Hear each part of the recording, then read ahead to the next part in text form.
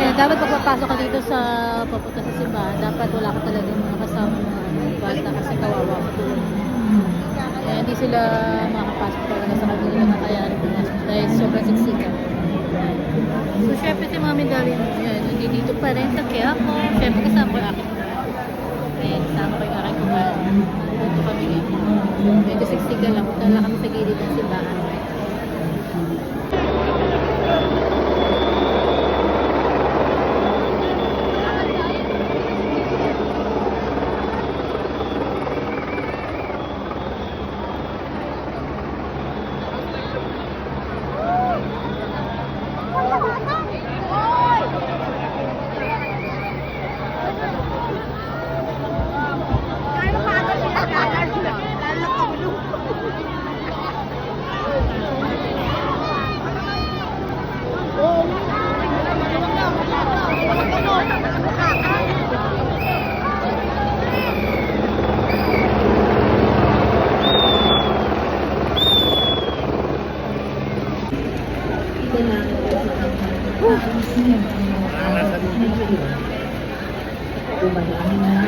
Ito!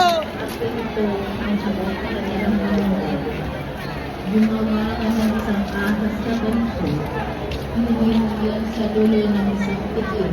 Kaya ito'y mahiwaga. Hindi nila malilimot ang dakilang gawa ng Diyos. Tatapat noong sila'y lilipunin na ng Diyos at sila'y tuloy na niya. Salamat sa Diyos! Viva po, Jesus Nazareno!